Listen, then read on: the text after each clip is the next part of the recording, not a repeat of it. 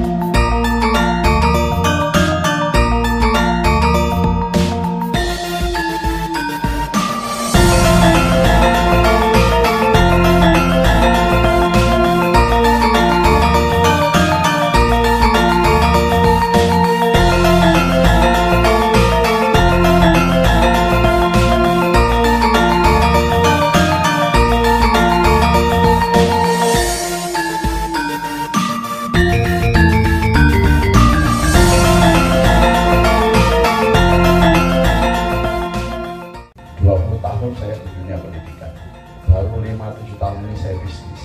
Tapi pendidikan yang saya rintis selama 30 tahun itu ternyata membuat mitra.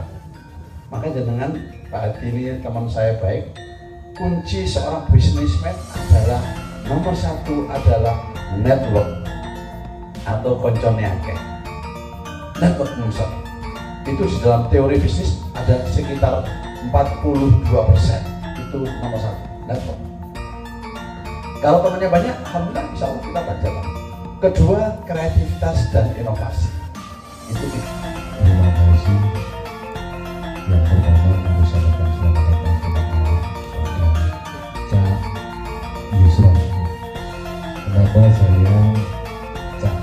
Karena terinspirasi pada Cak Nun. Saya kebetulan juga ngefans ya. Jadi saya pribadi ketemu Cak Yusron sama saja saya ketemu dengan Cak Nun, juga dari Bapak Dinas Pak Selamat, Cak Hadi, Mas Wawan, terima kasih.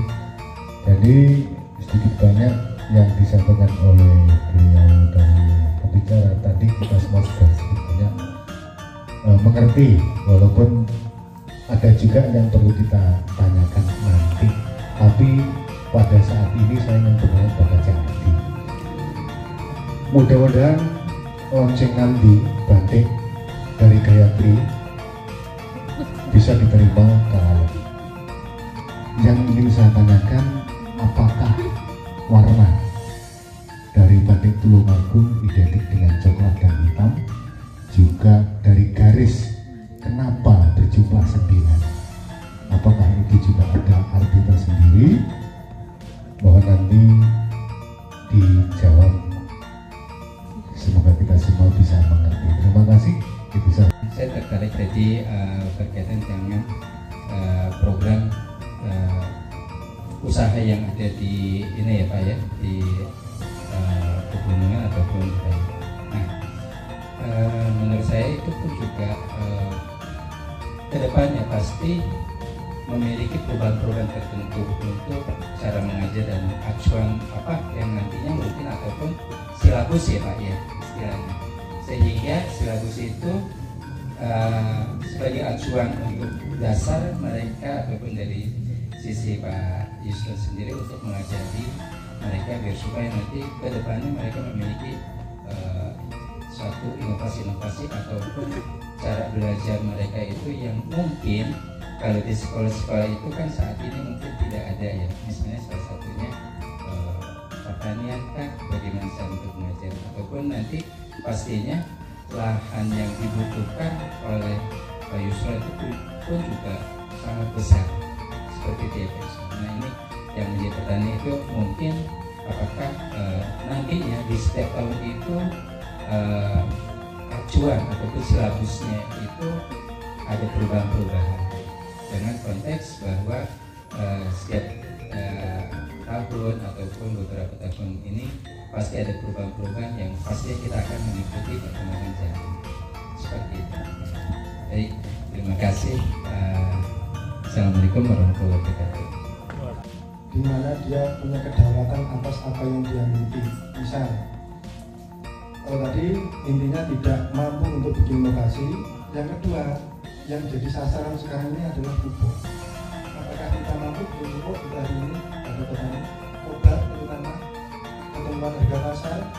padahal kita dilimpah luar biasa atas anugerah dari Tuhan. Ada kapur, ada mineral yang di Selatan, ada susu yang di Pademojo, di Donggala, di Banjarjo.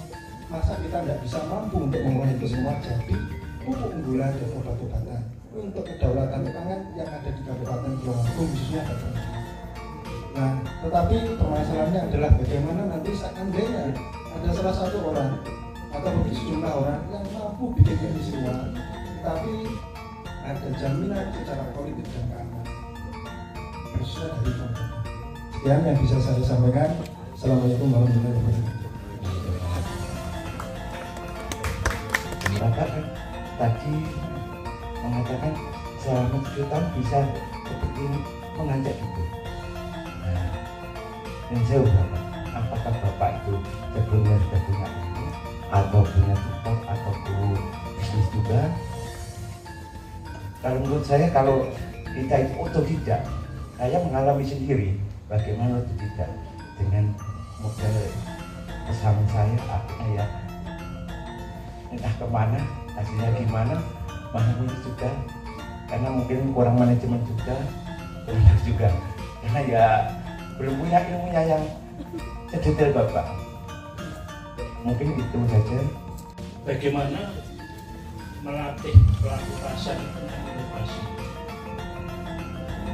Yang saya amati, kadang-kadang mereka tidak bisa membaca permintaan pasar itu seperti apa, di mana, bagaimana. Mungkin secara teknis mereka pahami, tapi begitu dihadapkan ke pasar, ya inovasinya mandek. Apakah barangkali, mohon maaf ini dari dinas, terutama UMKM, ada semacam panduan, ada semacam sosialisasi. Tentunya tiap-tiap periode itu pasar berbeda-beda, akan bergeser. Oh ini daerah sana pengen ini, daerah sana pengen ini, solusi. Mungkin itu yang kami tanyakan, barangkali juga Pak Yusron bisa menambahkan, Pak Hadi sudah demikian. Karena saya itu orang pasar, jadi ngomongnya mesti kasar, nggak bisa akademis ya. Tapi ya di forum yang resmi ini ya pasarnya tetap bawah itu. Saya cuman mungkin ini juga bisa dikatakan pertanyaan juga, ini juga pendapat saya gitu. Tapi nanti bisa tanggapi, terutama kepada negara ini, Pak. Kita umum saja bahwa entrepreneur itu adalah tanggung jawab negara. Nanti perwakilan dari negara yaitu Bapak Kepala, namanya private operasi gitu. Itu gini Pak, jadi saya langsung aja pada poin bahwa negara itu kuncinya, saya ambil contoh dari Cina aja. Cina hari ini adalah musuhnya Amerika dalam perdagangan, dalam ekonomi. Cina mau tidak mau bisa disebut sebagai raja ekonomi di dunia. Amerika saja kewalahan pada Cina. Kuncinya hanya satu Pak. Ini saya pernah ngobrol sama orang ya, itu yang pernah studi tentang negara Cina itu. Ternyata kunci suksesnya Cina itu adalah legalnya plagiasi. Jadi kalau negara ingin maju, memang kita harus melegalkan plagiasi, Pak, terutama produk-produk luar negeri. Cina itu bebas ya, bikin sepeda motor itu cuman saya pernah tahu itu di TV, tapi itu kayaknya TV lokal sendiri gitu ya. Itu di situ ada memang anak-anak kecil itu sudah mahir bikin piston sepeda motor, bikin blok itu. Itu semuanya saya yakin itu jiplak miliknya merek Jepang. Jadi Cina itu luar biasa dalam melindungi plagiasi, dan itu kuncinya plagiasi itu. Karena negara kapitalis itu harus diplagiat. Memang kelemahannya mereka itu kalau diplagiat. Karena kalau plagiat itu murah Pak. Kita tinggal nyontek saja, terus nanti negara melindungi. Yang memang kemarin saya diskusi sama Bapak Hari itu. Ya Allah. Memang kuncinya Cina itu apa? militernya itu diperkuat, sehingga kalau ada negara lain, contohnya Amerika atau mana itu yang mengusik ekonomi Cina, mengusik warga Cina yang memplagiat itu, ya urusannya sama negara Cina gitu. Itu saya kira strategi yang bagus itu. Mungkin sedikit saya jelaskan pada acara malam hari ini, yaitu Forum Sarasehan Seni dan Budaya. Nah, di mana yang diadakan pada setiap bulan sekali, entah nanti yang seringnya itu di Lotus Garden Tulungagung seperti itu, di mana kita mengangkat tema-tema yang mungkin sudah familiar atau yang mungkin belum bisa familiar, dan kita diperjelaskan di sini dan kita diskusi bersama seperti itu. Jadi mungkin nanti untuk diskusi Bapak Ibu bisa bertanya atau menambahkan atau bisa saling sharing di acara pada malam hari ini. Nah, acara pada malam hari ini itu temanya yaitu kiat dan jurus menjadi entrepreneur sukses. Nah, seperti itu. Mungkin entrepreneur itu sendiri kan pebisnis ya. Jadi menciptakan sebuah bisnis juga bisa dengan menghadapi resiko dan ketidakpastian dan bertujuan untuk mencapai laba serta pertumbuhan melalui pengidentifikasian peluang-peluang melalui kombinasi sumber daya yang diperlukan. Nah, mungkin sedikit gambaran pada malam hari ini. Sebelumnya selamat datang kepada Bapak Hari selaku owner dari Lotus Garden Tulungagung, seperti itu. Juga selamat datang kepada Ibu yang pakai jilbab hitam, depannya Bapak Hari. Tadi namanya siapa Ibu? Bu Hesti. Bu Hesti. Iya, selamat datang kepada Bu Hesti juga, Bapak Ibu yang sudah hadir, kepada Pak Broto. Selamat malam Bapak. Iya. Selamat malam, selamat menikmati Bapak Ibu hidangan pada malam hari ini, yaitu bakso, kemudian ada kopi, kemudian ada teh jahe. Iya, teh jahe serai ya, seperti itu. Bisa diambil di gazebo seperti itu. Sebelumnya, perkenalkan nama saya Naning. Saya MC untuk awal acara pada malam hari ini, dan kita nanti akan bertemu di penghujung acara, seperti itu.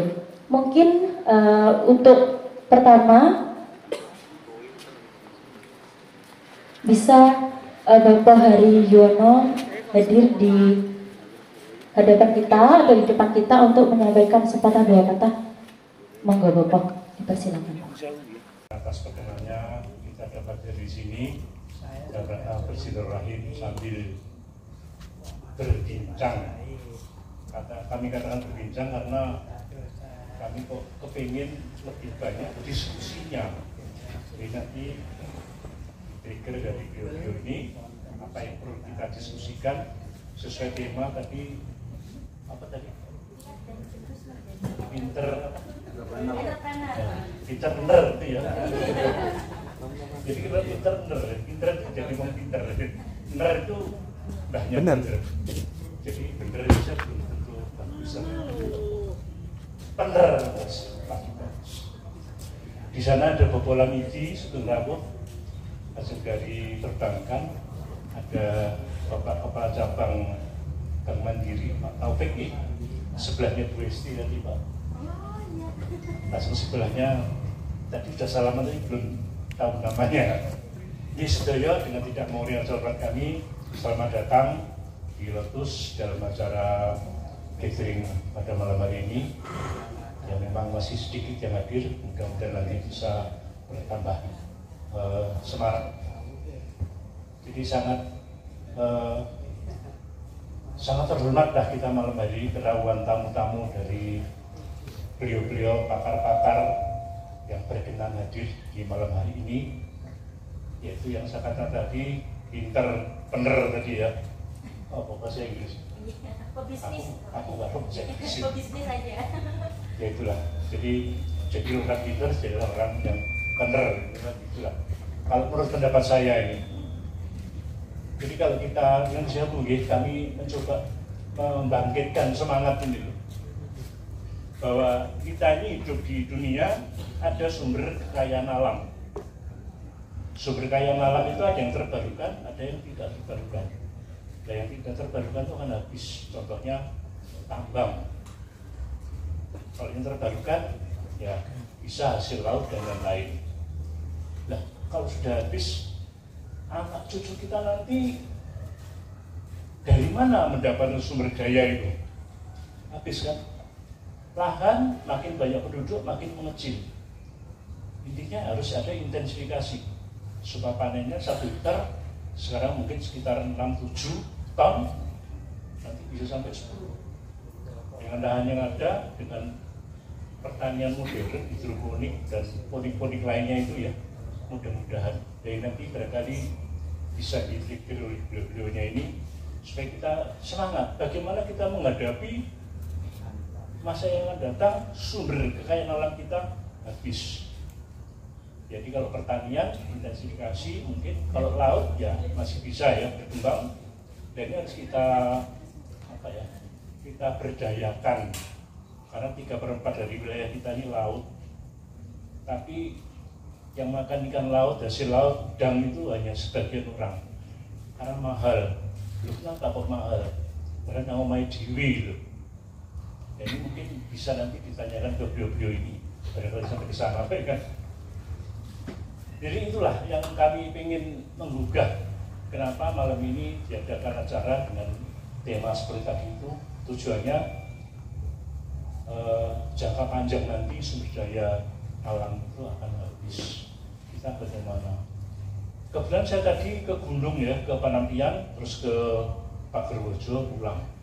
Itu melihat itu bukan main potensi alam kita ini untuk diberdayakan, menarik pariwisata.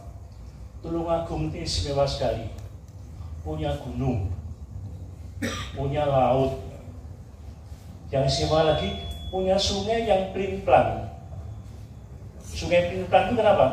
Kadang-kadang ngalir ke utara, kadang-kadang ke selatan. Ini pelin-pelan ya, berarti bisa mandek. Dan ini luar biasa, mungkin di Jawa Timur hanya ada di Tulungagung. Itu bisa untuk wisata air. Punya dam Sidoarjo, punya pertanian yang bisa ya menarik lah. Tinggal-tinggal sejarah seperti bangunan-bangunan lama di desa-desa banyak. Dan ini saya kepingin menggugah saudara-saudara kita semua, mari kita berdayakan supaya menjadi daya tarik, menjadi magnet di Tulungagung. Mungkin demikian yang bisa kami sampaikan. Sekali lagi kami mengucapkan selamat datang dan terima kasih. Mohon maaf manakala nanti dalam pelaksanaan ini ada yang kurang berkenan. Selamat untuk melaksanakan diskusi. Terima kasih. Wassalamualaikum warahmatullahi wabarakatuh. Terima kasih untuk Bapak Hari. Selanjutnya sambutan sepatah dua kata dari Konglamidi. Monggo dipersilakan. Ini adalah kakung saya yang setiap malam acara Versabel itu selalu hadir seperti itu. Dan semangatnya itu tidak pernah luntur, Bapak Ibu, seperti itu.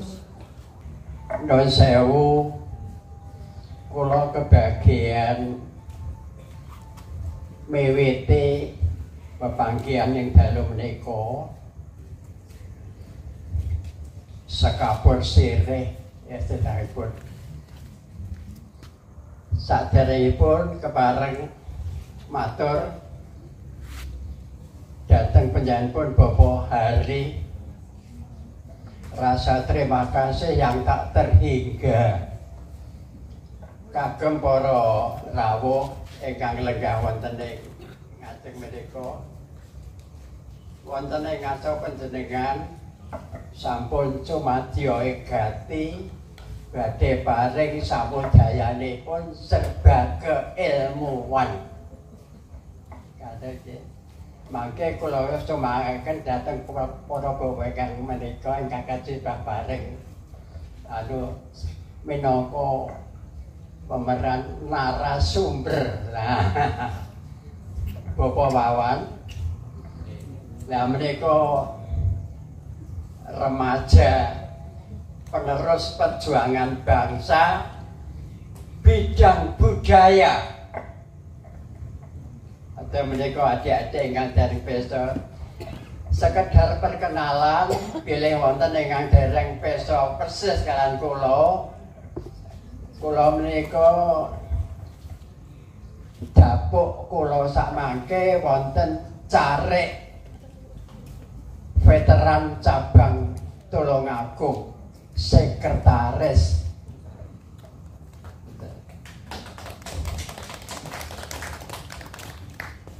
Panggenan kula pos kula wonten laripun terminal Gayatri.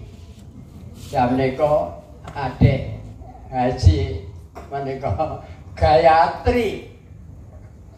Dados kula kasebat kemawon ngabehi loring terminal ngaten kemawon. Amargi ingkang kula tandangi serabutan. Sak-sakan kulana koncena wonten 5 pintu. Kalau pagi buka sampai tutup kantor, tutup wus keluar entah kemana-mana. Ing dalu menika nuwun sewu kepareng matur ingkang muncul wonten ing gagasan kula nuwun sewu Bapak mangke katuran paring kejelasanipun.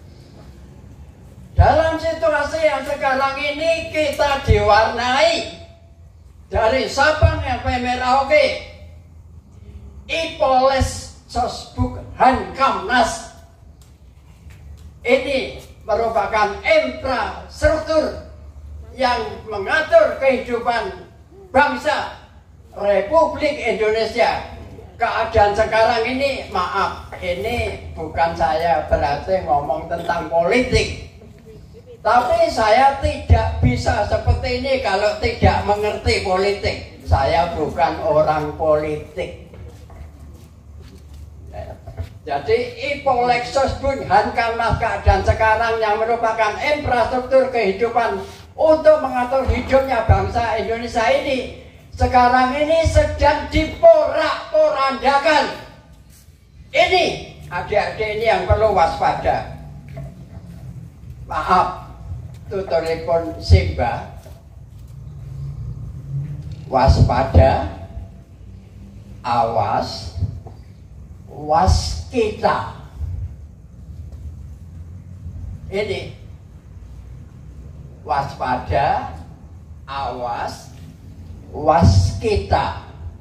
Nuwun sewu, waskita menika jalur langsung naluriah dumugi enering umating Allah Ta'ala. Dados menika intinipun ingkang saged kula aturaken menika mangke nuwun sewu panjenenganipun Bapak ingkang kacepak paring petunjuk-petunjuk yang sangat diperlukan oleh perkembangan yang keadaan sekarang ini diporak-porandakan. Karepe iki apa? Nah ini, karepe itu apa? Mau dijadikan apa Republik ini? Jas merah. Jangan sekali-sekali melupakan sejarah.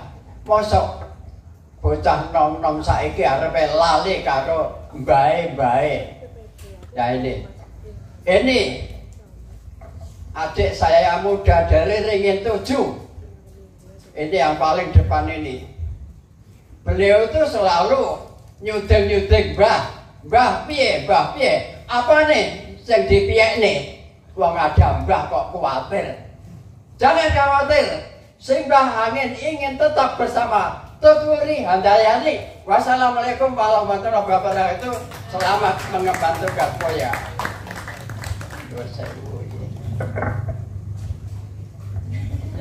Terima kasih Kakong. Iya, hati-hati. Selanjutnya yaitu acara diskusi pada malam hari ini, dan saya ucapkan selamat datang kepada Bapak narasumber, yang dimana narasumber hari ini yaitu ada 3 yang mungkin saya sebutkan, yaitu yang pertama Bapak Yusron Aminullah, ya, Ketua ISMI, yaitu Ikatan Saudagar Muslim se-Indonesia Jawa Timur. Kemudian ada Bapak Dr. Slamet Sunarto MSI, yaitu Kadinkop dan UMKM Tulungagung. Selamat datang Bapak. Ya, kemudian yang terakhir yaitu ada Bapak Setia Hadi. Nah, di sini Pak Hadi ini adalah owner Batik Gayatri Tulungagung. Nah, di mana nanti acara atau diskusi pada malam hari ini akan dibawakan moderator dari Bapak Wawan Susekta, yaitu budayawan Tulungagung. Waktu dan tempat saya persilakan Bapak. Wabarakatuh. Subhanallah, alhamdulillah, wa la ilaha illallah, wallahu akbar, la haula wa la quwata illa billahil aliyyil azim. Yang kami hormati Bapak Hari Yuwono, Penglamiti, serta para bapak ibu sekalian, khususnya para pemantik atau narasumber kita, yaitu saya kalau memanggilnya Cak Yusron Aminullah, yang kebetulan menjadi ketua Ikatan Saudagar Muslim se-Indonesia Jawa Timur. Yang kedua, Bapak Dr. Slamet Sunarto, Kepala Dinas Koperasi dan UMKM Tulungagung, dan yang ketiga Mas Setia Hadi, owner dari Batik Gayatri. Pada malam hari ini, sebagaimana tadi disebutkan Pak Naning, tema sarasian kita pada malam hari ini yaitu tentang kiat dan jurus menjadi entrepreneur sukses. Nah, dalam hal ini yang pertama saya ingin memberikan kesempatan kepada Cak Yusron, yang kebetulan Cak Yusron itu adalah tipe pelaksana. Mohon maaf, ini saya kutip sedikit tentang saudara-saudara Cak Yusron ini. Jadi kalau Cak Fuad dan Cak Mif itu yang pertama ya, Cak Fuad itu tipenya tipe pengajar mungkin gitu Cak Yusron. Kemudian ada tipe corong, Cak Nun itu corongnya, dan Cak Yusron itu adiknya Cak Nun. Nah, yang berikutnya Cak Adil itu tipe penggagas. Ada lagi nanti Cak Yusron ini tipe pelaksana. Nanti kemudian yang lain katakanlah Cak Nas itu mungkin tipe agak-agak LSM dan budaya. Untuk mempersingkat waktu, nanti mungkin hanya 20 menit saja, tadi kita lebih mempertajam ke dialognya. Kami berikan kesempatan kepada Cak Yusron yang kebetulan alhamdulillah sampai pada hari ini Cak Yusron itu mengelola Dedurian Park di Wonosalam Jombang sana sudah mencapai 50 hektar. Nah, ketika saya berkunjung bersama Mas Hadi itu sekitar mungkin 3 tahun 4 tahun yang lalu Mas Hadi ya, tahun 21 itu sekitar mungkin 20-an hektar itu ya yang dikelola Cak Yusron. Sekarang sudah mencapai 50 hektar. Nah, ini sungguh luar biasa. Jadi Dedurian Park itu merupakan suatu tempat bukan hanya untuk wisata, tetapi juga farm untuk edukasi kepada anak didik, entah itu workshop atau pelatihan, mulai siswa SD, SMP, SMA, bahkan mahasiswa, dan terutama juga untuk umum. Demikian pengantar kami, kepada Cak Yusron dipersilakan. Bismillahirrahmanirrahim. Assalamualaikum warahmatullahi wabarakatuh. Kepada Allah kita bersyukur, dan kepada Rasulullah kita selalu kirim selawat untuk melanjutkan langkah-langkah beliau yang luar biasa, dan kita hanya setitik langkah di antara jutaan langkah beliau. Dan terima kasih kepada Bapak Hari. Saya masuk area ini tadi kaget, ada tokoh yang mau datang bertinggal di Tulungagung meskipun beliau levelnya nasional dalam rangka nguri-nguri budaya dan orang belajar. Prinsip beliau sama dengan saya, tidak ingin hidup enak sendiri, inginnya bagaimana menyenangkan banyak orang. Ini kunci prinsip sebuah entrepreneur. Kalau jenengan jadi entrepreneur, baik lewat seni seperti Mas Setia Hadi, Mas Wawan atau yang lain, jadi itu hanya pintu ya. Entrepreneur itu pintunya banyak, bisa dari seni, dari bisnis, dari macam-macam. Intinya adalah ada 3. Pertama, jangan pingin kaya. Kalau sampai pingin kaya, ada dua kemungkinannya. Kemungkinan akan kaya atau kemungkinan tidak. Nomor dua, jangan ingin dikenal atau terkenal. Karena sama, kemungkinan juga terkenal, kemungkinan juga tidak terkenal.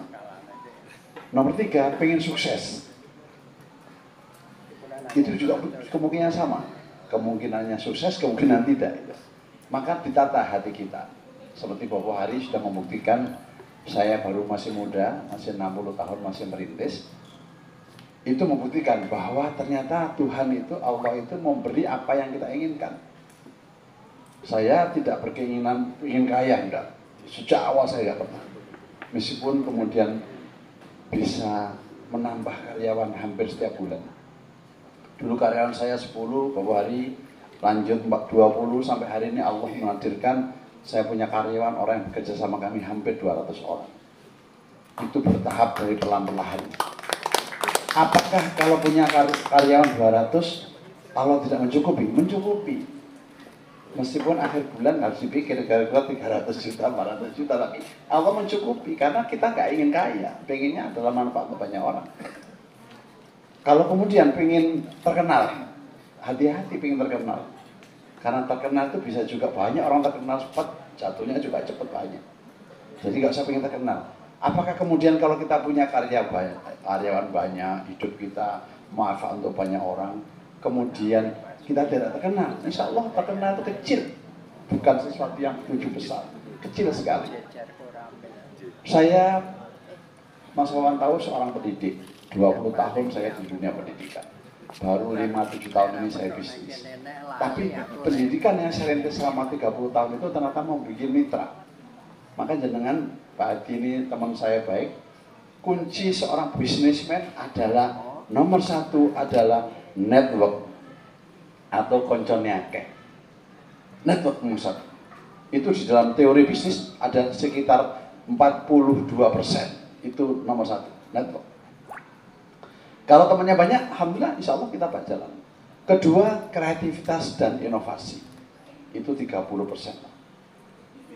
Kemudian yang terusnya adalah modal finansial. Itu kira-kira hanya sekitar 17-20%. Terakhir kira-kira 5-10% itu ada yang namanya bejo, yang namanya keberuntungan kalau dalam bahasa teori. Jadi teorinya nomor satu bukan modal.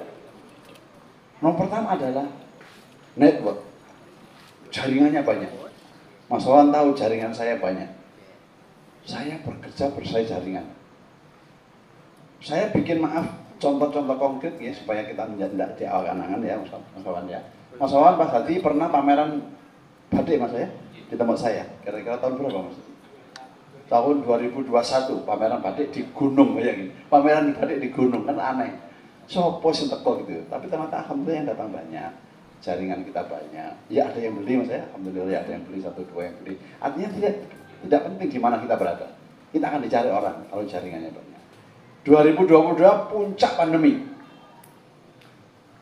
puncaknya pandemi, saya kemudian berpikir bisnis apa ya pandemi ini? Semua orang menghiburkan karyawannya, saya tidak boleh satupun orang libur. Maka saya punya gagasan, kemudian bagaimana kalau saya bikin villa? Villa yang harganya 500-800 juta di gunung. Survei saya mengatakan bisa, asal sasarannya adalah orang yang hari itu punya uang. Karena saya bikin villa tidak ada orang nyicil, wajib bayar cash di depan 500-700 juta. Maka survei saya, kira-kira siapa yang bisa membeli ketika pandemi? Saya cek ternyata yang bisa beli adalah para dokter yang tidak kurang uangnya, bahkan tambah ketika pandemi. Maka pembeli saya pertama 7 orang adalah dokter-dokter spesialis dari Surabaya dan Malang. Alhamdulillah sampai hari ini Allah menolong, sampai saat ini sudah 60 villa dibeli. Dan itu adalah jaringan teman lama. Guru besar, Profesor UNER, ITS itu ngumpul di tempat saya semua. Kalau Sabtu Minggu ngumpul di sana untuk ya non inilah. Karena apa? Karena ya teman. Dan kunci kedua yang bisnis harus dilakukan, entrepreneur dilakukan adalah trust. Kalau teman sampean banyak tapi nggak dipercaya, percuma. Jadi trust menjadi kuncinya. Jadi kita bagaimana punya teman yang banyak, dipercaya orang, itu yang menjadi kekuatan kita. Sehingga saya tadi nyampaikan seperti Bapak Hari tadi nyampaikan ke saya waktu datang, nomor pertama seorang entrepreneur harus menata niatnya dulu, yang benar niatnya di hatinya. Kamu pengen kaya, pengen sukses, atau pengen memanfaat untuk banyak orang? Kalau pengen kaya bisa gagal, pengen terkenal bisa gagal. Tapi kalau untuk bermanfaat banyak orang seperti Bapak Hari lakukan di sini, insya Allah dicukupi oleh Allah, dicukupi oleh Tuhan, karena kita niatnya sudah benar. Niatnya apa? Manfaat untuk orang. Doanya manfaat untuk orang, itu pertama. Jadi niat ditata. Kedua, trust dijaga. Mas Hadi, Istri Hadi ini trustnya dijaga bertahun-tahun dan konsisten. Berapa tadi 13 tahun ya? 13 tahun bikin Gayatri. Hanya kurang nanti, kita harus gosok lagi supaya terkenal di luar negeri bisa gitu ya. Supaya batiknya menjadi di Eropa sana bagaimana terkenal, bagaimana dikagumi orang. Seperti tadi saya kunjungan ke seorang sahabat di mana tadi Mas? Gampeng ya, bikin apa namanya?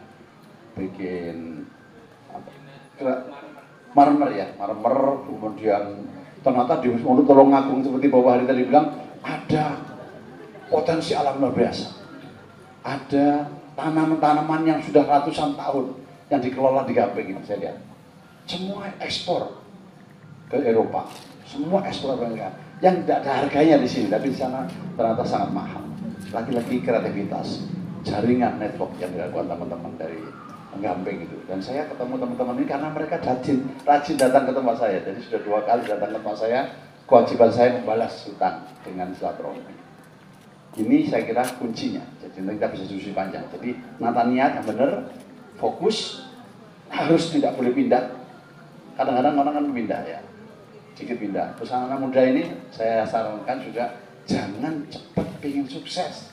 Tidak ada cepat sukses tuh. Sampai kalau cepat sukses, cepat jatuh pasti.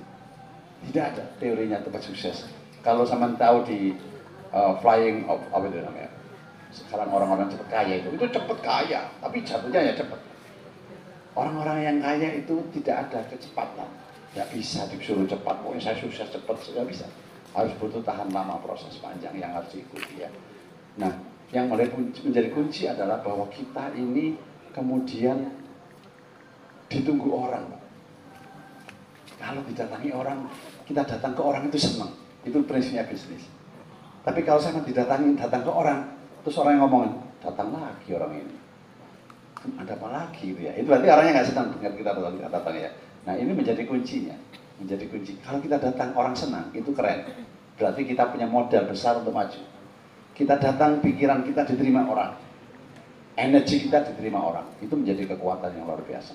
Jadi ayo mulai menata diri kalau untuk bisnis itu, ya kita menata diri lah. Luruskan niatnya, caranya yang benar, trustnya dijaga. Trust itu, kepercayaan itu seperti gini, seperti obat nyamuk. Melingkarnya bisa cepat, melingkar. Tiap hari jangan kiri muternya. Jangan hari ini dipercaya 10 orang, besoknya dipercaya 8 orang, keliru. Kalau hari ini dipercaya 6 orang, besok 8 orang, besok lagi 10 orang, sampai 100 orang. Saya sama Pak Ilham Habibie, Pak, mendirikan Ikatan Saudagar Muslim ini, ketuanya di nasional Pak Ilham Habibie, saya ketua Jawa Timur, adalah membangun trust. Karena maaf, bisnis muslim selama ini gak diterima orang. Gagal selalu, terutama properti. Saya ini hampir sebulan sekali dipanggil Polda, menjadi saksi orang-orang yang bermasalah itu. Menjadi saksi ahli. Kenapa? Karena memang tidak benar cara kerjanya. Maka kita buktikan, saya ngomong Pak Ilham, ayo kita buktikan bahwa orang muslim itu bisa percaya. Dan alhamdulillah, kami mengkoordinir di Jawa Timur ini sekarang sedang menyeleksi. Insya Allah bulan Desember akan ada penyerahan hadiah atau award kepada 9 saudagar muslim Jawa Timur yang omsetnya sudah di atas 1 triliun. Harus 1 triliun. Baru ngomong pengusaha beneran. Kalau masih 100 miliar, 200 miliar belum. Omset, aset harus di atas 1 triliun. Itu menjadi pedoman kita. Nah ini menjadi pedoman kita untuk maju supaya kita bersaing. Kami sama bank tiap hari kumpul, Pak. Bank Jatim, Bank Mandiri, Bank Syariah, BS, dan sebagainya, sering kumpul. Dan rata-rata kita ini pribumi ini wakil. Rekeningnya minim, Pak, di bank itu, Pak. Itu karena kita tidak segera menempatkan diri yang posisi yang baik. Maka ciri satu yang paling penting bekerja hari ini adalah satu, harus dengan ilmu. Kalau Anda tidak dengan ilmu nggak bisa, hanya teori nggak bisa, harus dengan ilmu. Ilmunya apa saja? Macam-macam. Akunting yang bagus, angkutan publik yang kita pakai, konsultan kita pakai dan sebagainya. Saya Mas Wawan, Mas Setia pernah ke tempat saya itu di gunung, nanam durian banyak, tapi depannya seluruhnya pakai properti. Seperti tadi. Sekarang sekolah dari Kediri, Pare, sekolah dari Bojonegoro, dari Lamongan, semua kumpul tempat saya. Kami sudah punya mitra 150 sekolah di Jawa Timur. Jadi tiap hari, tiap minggu pasti datang. Ada yang hotel kelas, ada yang LDKS. Perusahaan Bank Jatim, Semen Indonesia, Petrokimia menggunakan tempat kami. Untuk apa? Untuk training, untuk outbound dan sebagainya. Maka di Tulungagung tadi beliau ngomongkan, ayo kita dilahirkan. Orang Tulungagung harus menggunakan orang Tulungagung. Nanti ditarik ke Kediri ke sini, ditarik ke Trenggalek ke sini. Supaya menggunakan menjadi pusat edukasi nasional, menjadi pusat kegiatan nasional. Kampus-kampus ditarik, harus dengan ilmu. Bagaimana kampus datang? Kampus datang. UNER itu ngirim mahasiswanya ke tempat saya sampai 5 bulan, selama 50 orang, sebanyak 50 orang. 5 bulan di tempat saya. Entah apa, riset tanaman, riset hewan, riset apa. Dibiayai oleh Dikti, semua dibiayai. Sekarang uang negara banyak untuk pendidikan. Nah itu menjadi modal kita untuk maju terus. Dan insya Allah Tulungagung suatu hari teman-teman yang muda-muda bisa kumpul, bikin melahirkan karya-karya yang legendaris, karya-karya yang legasi dan jangka panjang. Jangan hanya hidup 30 tahun, bikin bagaimana hidup 24 tahun. Maka saya sekarang sudah banyak mengundurkan diri dari 5 perusahaan saya pimpin. Saya CEO, tapi direkturnya sudah ada anak muda. Usia 27 tahun, usia 28 tahun. Tidak ada yang lebih dari 30 tahun. Mereka yang menjalankan. Sistem hari ini bisa kita berada di mana saja bisa mengawasi jalannya perusahaan dengan baik. Sementara itu Mas Wawan, terima kasih. Nanti kita diskusi. Assalamualaikum warahmatullahi wabarakatuh. Kita berikan tepuk tangan kepada Cak Yusron. Sedikit saya tambahkan bahwa ada yang menarik dari pengalaman Cak Yusron itu, yaitu ketika anak-anak Tuban yang kebetulan itu Ma'iyah Tuban, yang notabene orang tua mereka mendapatkan ganti rugi itu miliaran atau triliunan. Jadi masing-masing anak itu mendapatkan warisan dari harta orang tuanya tadi yang kena gusuran minyak dan gas itu. Sekitar 50 M masing-masing anak. Nah, itu ada sekitar 50 orang itu. 50 teman-teman Ma'iyah, kebetulan mereka kemudian ngangsu kabeh kepada Cak Yusron bagaimana caranya mengelola dana yang tidak sedikit, yaitu 50 M tadi itu. Nah, tentu hal ini nanti mungkin bisa disampaikan Cak Yusron lebih lanjut. Tapi yang jelas mengelola dana itu yang jelas tidak mudah karena perlu ilmu dan hal ini perlu skill atau keterampilan dalam mengelola. Selanjutnya kepada Bapak Dr. Slamet Sunarto, Kepala Koperasi dan UMKM Tulungagung, kami persilakan. Terima kasih. Assalamualaikum warahmatullahi wabarakatuh. Yang kami nanti Bapak Riono sebagai penasihat Forsabda, Pak Cak Yusron, narasumber, Pak Hadi, Pak Wawan Moderator, Bapak Ibu semuanya yang tak bisa kami sebutkan satu persatu. Alhamdulillah malam ini kita bisa sharing nantinya. Tadi kalau kunci suksesnya sudah disampaikan secara lengkap oleh Cak Yusron, kami dari dinas menyampaikan perjalanan kami terkait dengan ketulungagungan Pak Yusron, khususnya yang usaha mikro yang ada di Tulungagung. Jadi dulu kami masuk di usaha mikro itu akhir 2019. Di situ masih kondisi istilahnya liar, belum tertata, terus akhirnya kita mencoba bersama Pak Adi juga mencoba bagaimana kita memapping keberadaan pelaku-pelaku usaha mikro yang ada di Tulungagung. Dari situ kita sudah mau ancang-ancang memetakan, akhirnya COVID datang. Maret 2020 COVID datang,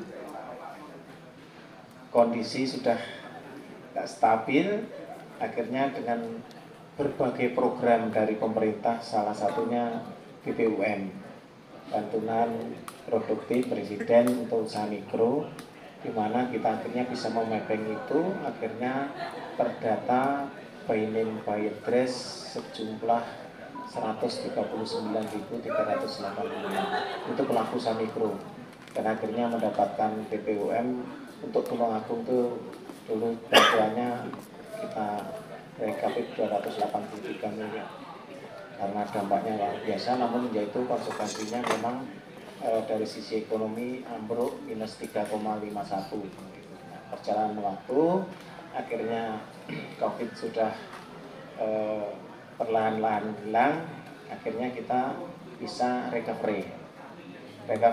Dari recovery itu dari sejumlah 139 itu kita coba mapping. Dari mapping itu ternyata 54% itu bergerak di bidang mamin, makanan minuman, jadi masih mendominasi. Terus bidang craftnya itu ada sekitar 13%, terus yang fashionnya itu 26%. Jadi fashion itu di Tulungagung lumayan, termasuk Pak Hadi Uto, dan lainnya adalah industri kreatif. Dari situ kita coba kita pakai strategi bagaimana kita terus survival ke depan sehingga bisa menyumbangsikan terhadap perekonomian yang ada di Tulungagung. Akhirnya dari situ kita terbentuk 11 komunitas. Dari 11 komunitas itu ada di berbagai macam berbagai macam motif yang diproduksi. Akhirnya kita kata kuncinya tadi networking, jadi memang membangun suatu wilayah itu tidak hanya ansih membangun wilayah itu, tapi bagaimana membina networking itu yang menjadi kuncinya. Akhirnya dari situ melalui pameran dan sebagainya dunia perbankan akhirnya melirik. Nah sampai sekarang kalau kita melihat perkembangan yang ada, jadi kontribusi KUMKM, kontribusi KUMKM terhadap perekonomian di Jawa Timur itu ada 59,18%. Artinya apa? Perputaran ekonomi yang ada di Jawa Timur 50% lebih itu didominasi oleh koperasi dan usaha mikro, kecil dan menengah. Nah dari situ itu Tulungagung juga berkontribusi luar biasa. Nah dari itu semuanya akhirnya kita terus berdiskusi, akhirnya dunia perbankan mengajak pameran, terus kurasi terhadap produk-produk itu semuanya. Jadi buy name buy address juga kita mempunyai, mungkin Cak Yusron kalau mau masuk ke sini kita juga punya 44 buy name buy address yang potensi ekspor, Pak. Jadi sudah difasilitasi oleh kemarin itu Bea Cukai dan sebagainya. Jadi produk-produk itu secara kuratif juga dimiliki juga. Nah dari itu semuanya kita juga menggagas sesuatu yang kiranya bisa menumbuh kembangkan ekonomi yang ada di Tulungagung. Yang sekarang sudah kita barusan minggu kemarin kita launching, kita mencoba memanfaatkan Car Free Day, Bapak Ibu sekalian. Dari Car Free Day itu kemarin minggu pagi dan besok pagi itu kita kemarin ada ketemu pelaku usaha, ada 413 pelaku usaha, dengan kita berdagang di situ selama 3 jam. Omset yang terjadi itu adalah 223 juta itu selama 3 jam saja. Nah kemarin kita setiap Kamis berdiskusi mengevaluasi. Nah untuk besok itu kita areanya di Tugu Riau Gendang ke barat dan ke timur dan ke selatan, karena Car Free Day di alun-alun itu harus steril. Ini sudah terdata pedagang 581. Jadi ini pertumbuhan ekonomi Tulungagung itu luar biasa, pergerakannya cepat, kreativitasnya juga lumayan. Teman-teman usaha mikro itu yang satu itu. Dan nextnya kita juga mengembangkan inovasi seperti ageman yang dipakai Pak Hadi ini, hasil dari diskusi ini kita merajuk pada suatu, dulu kita ada himbauan dari Pak Bupati untuk memakai pakaian jadul, Pak Wawan. selama 4 hari, bulan apa ini, bulan Juni, November ya, 4 hari. Setelah itu kita analisa ASN beserta murid SD SMP melakukan pakaian jadul selama 4 hari. Perputaran ekonomi yang terjadi itu adalah, saya analisa semuanya 11,3 miliar itu perputarannya. Sehingga dari situ kami punya angan-angan. Ini pakaian jadul yang membuat teman-teman di luar Tulungagung bagaimana memproduksi atau memproteksi pelaku usaha mikro yang ada di Tulungagung. Akhirnya kita membuat asosiasi namanya Batik Wastra. Dari situ kita mencoba pakaian khas batik Tulungagung. Dari itu kita akhirnya sudah clear, kita laporkan ke Pak Bupati, akhirnya terbentuk seperti yang dipakai Pak Hadi. Ini sudah kita daftarkan Hadi. Nanti sebentar lagi pada tahun inilah kita launching, sehingga untuk para ASN nantinya, untuk teman-teman yang dari vertikal, perbankan dan sebagainya itu diwajibkan untuk menggunakan pakaian khas, karena di kabupaten lainnya juga sudah memakai itu semuanya. Di samping itu juga dalam waktu dekat juga, mohon doanya juga, kita dipercaya oleh Provinsi Jawa Timur menjadi pilot project untuk kawasan halal. Kawasan halal ini sudah menjadi tren bisnis ke depan yang tidak bisa kita hindari. Oleh karena itu kepercayaan dari Provinsi Jawa Timur, kita diskusi terus dan sudah melakukan persiapan dalam artian kita pemberdayaan sumber daya manusianya sudah kita latih, sertifikasi halal juga sudah kita sampaikan, dan lokasi juga sudah kita rencanakan, tinggal finishingnya nanti. Karena itu pada kesempatan yang baik malam ini kami juga mohon masukannya dari teman-teman semuanya, dari Bapak Ibu semuanya, sehingga apa yang menjadi tujuan kita bersama untuk Tulungagung yang baik, yang sejahtera bisa kita wujudkan. Saya pikir itu Wawan yang bisa kami sampaikan. Nanti kita lanjut dengan diskusi. Ada kurang lebihnya mohon maaf. Assalamualaikum warahmatullahi wabarakatuh. Kita berikan tepuk tangan yang meriah kepada Bapak Slamet. Terima kasih Pak Slamet yang memberikan pandangannya mengenai perkooperasian di Tulungagung. Soalnya kita ketahui bahwa dalam dunia usaha atau dunia perekonomian kita mengenal model kapitalis atau kapitalisme yang bernuansa kebebasan terhadap kepemilikan harta benda. Yang kedua, sosialis itu mengarah kepada sama rasa. Nah, berikutnya sebenarnya kalau asli perekonomian Indonesia tidak lain adalah koperasi yang dilatar belakangi kekeluargaan dan kegotong royongan, yang notabene dulunya didirikan oleh Bung Hatta ya. Nah, ada lagi yang model pertengahan dari kapitalisme dan sosialisme, yaitu perekonomian Islam. Dalam hal ini boleh orang memiliki harta, tetapi juga jangan lupa terhadap kegiatan sosial melalui infak dan zakat dan sebagainya. Selanjutnya yaitu Mas Hadi yang notabene adalah owner dari Batik Gayatri.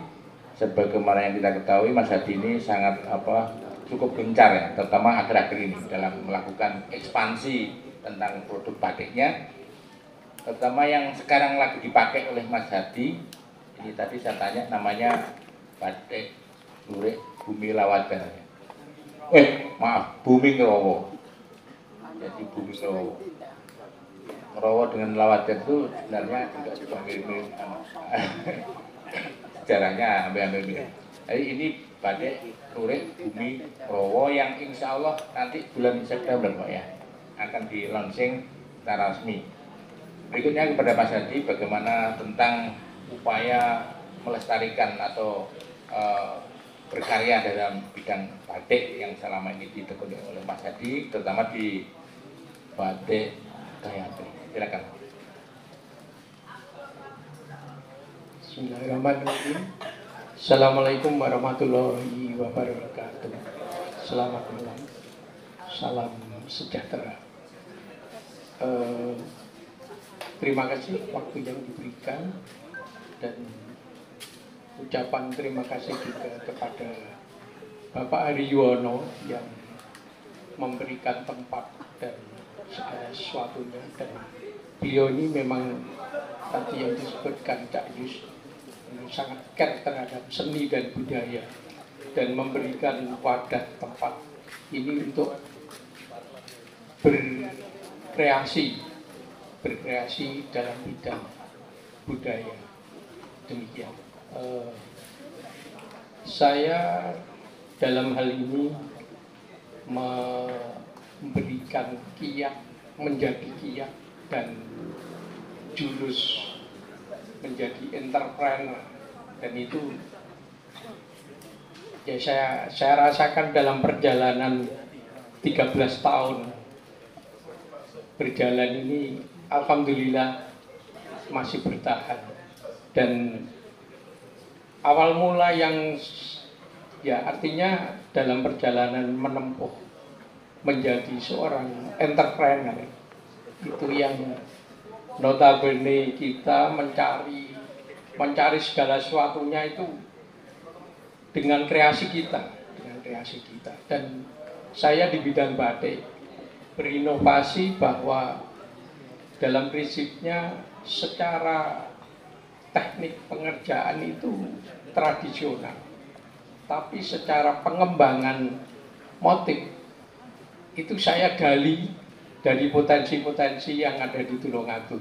Barangkali yang menjadi ciri khas dari Griya Batik Gayatri itu adalah beberapa motif desain itu saya kreasi sendiri dan saya gali dari potensi-potensi lokal seperti motif Diah Rajapati Gayatri, kemudian motif Telogong Buret, terus kemudian motif Sarinah, dan itu ternyata memberikan inovasi dan memberikan daya tarik bagi kami dari Griya Batik Gayatri ini untuk lebih dikenal, dan saat itu ketika saya membuat desain motif tentang cerita Panji itu, alhamdulillah waktu itu tahun 2018 itu diakomodir oleh Bank Indonesia. Kemudian kami diberi kesempatan untuk membuat event, salah satu event yang lumayan gede. Saat itu saya buat di Hotel Crown selama 2 hari 2 malam, dan pada event tersebut saya membuat desain motif baru tentang cerita Panji. Itu ada 5 motif. Itu ada motif Panji Laras, motif Gandrung Panji Asmoro Bangun Condro Kirono, kemudian motif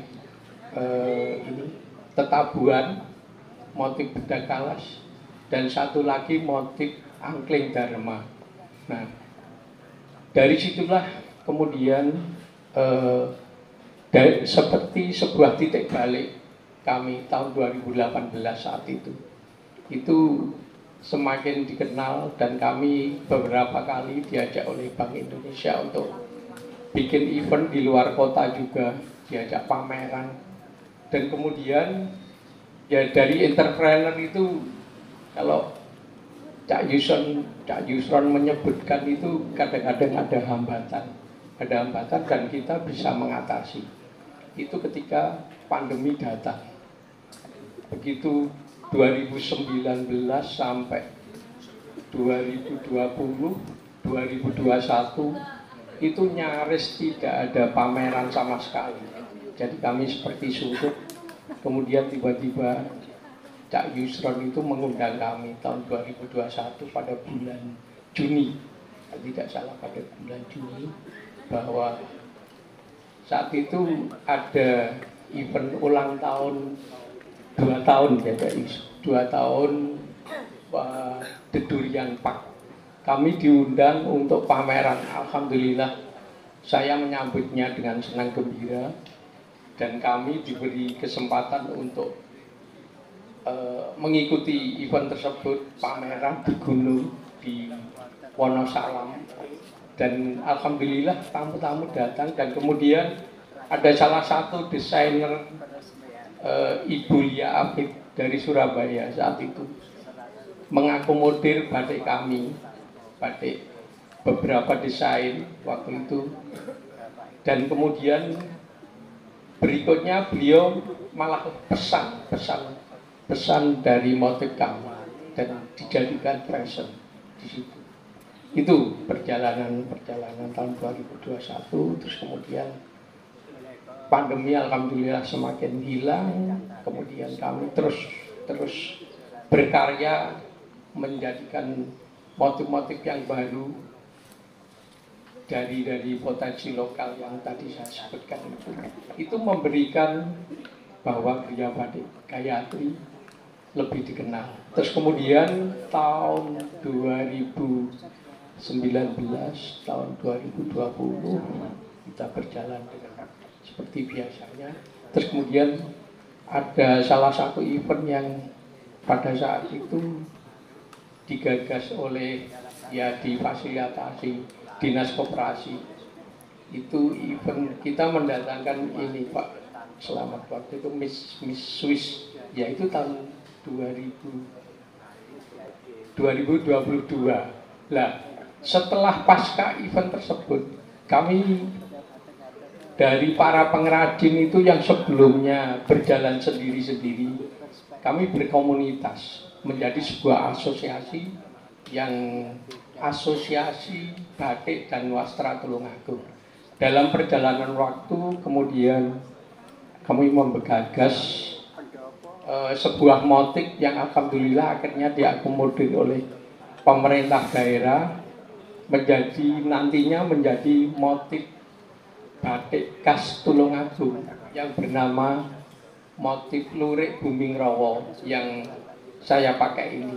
Bedanya lurik Jogja dengan lurik Buming Rawa itu bentuk luriknya, kalau Jogja itu lurus, kalau ini seperti rawan banyu mili, jadi ada lekuan-lekuan. Dan itu nanti ada 9 jajar lekuan, jeda hitam, kemudian lekuan lagi 9. Dan itu adalah terinspirasi dari Tulungagung zaman dulu. Tulungagung ketika masih bernama Kadipaten Rawa ya Mas Wawan, itu daerahnya berupa rawa-rawa, daerahnya seperti air, banyak air yang mengalir. Akhirnya dari situlah menjadikan lurik Buming Rawa itu terinspirasi dari sana.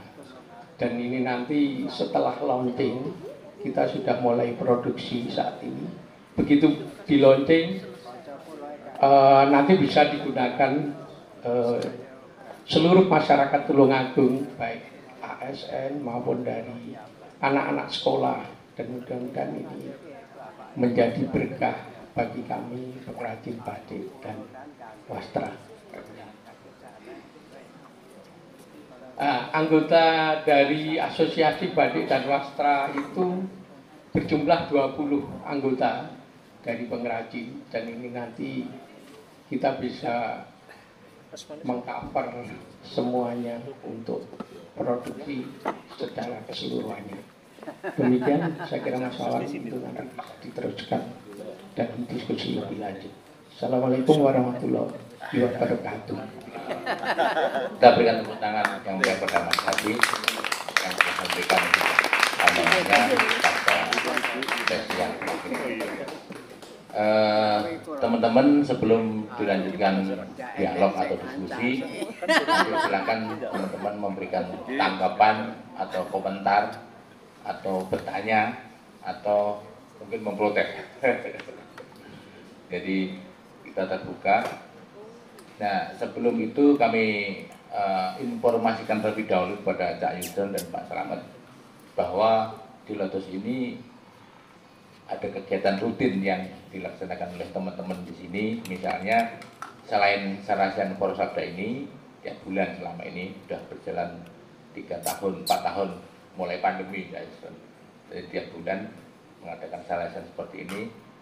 Nah, biasanya itu malam Sabtu biasanya agak banyak. Nah, malam minggu ini banyak yang acara keluarga barangkali begitu. Dan juga ada kegiatan lain misalkan di GOR atau di tempat lain malam hari ini. Di samping itu juga ada kegiatan kesenian di Lotus ini, antara lain misalkan ketoprak, ada wayang wong, ada ludruk yang dimainkan oleh teman-teman di sini. Kebetulan komandannya atau sutradaranya ini saya perkenalkan Mas Adi Broto. Mohon berdiri sebentar Mas. Ini sutradara ketoprak Cahyo Yuwono, termasuk ludruk, dan juga kalau wayang uang beda, nanti ada Mas Andi yang kebetulan tidak kelihatan pada malam hari ini. Intinya dalam rangka untuk nguri-nguri budaya atau melestarikan seni budaya tadi, Bapak Hari Yuwono berkenan untuk mengapresiasi dalam bentuk kegiatan yang dilaksanakan oleh teman-teman ya tiap bulan, termasuk yang baru ini Mojopatan ini, Mojopatan. Di samping itu juga sebenarnya ada juga yang sebelumnya, yaitu bentuk-bentuk kerawitan, dan alhamdulillah di Lotus ini sekitar 3 atau 4 tahun lalu yang sebelumnya tidak ada gamelan, terus kemudian sudah ada gamelan. Biasanya sarasen di tempat timur di Limas atau Joglo sana. Nah, biasanya pula ada selingan musik di sini. Kalau di sini ini musik band ini. Kebetulan ibunda dari salah satu musisi baru saja meninggal dunia. Jadi malam hari ini tidak ada selingan musik. Nah, kadangkala atau yang sering itu di sebelah Joglo sana dengan iringan kerawitan. Gamelannya Kartikoloko, kalau kerawitannya Cahyo Yuwono. Nah, ini juga dari teman-teman yang kebetulan biasanya dipakai untuk mengiringi atau selingan sarasen itu. Demikian para Bapak Ibu sekalian, juga teman-teman silahkan mungkin ada yang menanggapi, atau berkomentar atau bertanya pada para pemantik atau narasumber kita. Silakan Mas Wiji, kemudian yang lain. Saksikan terus BGS Tulung Agung Channel. Yes. Jangan lupa like, comment, and subscribe di YouTube ini.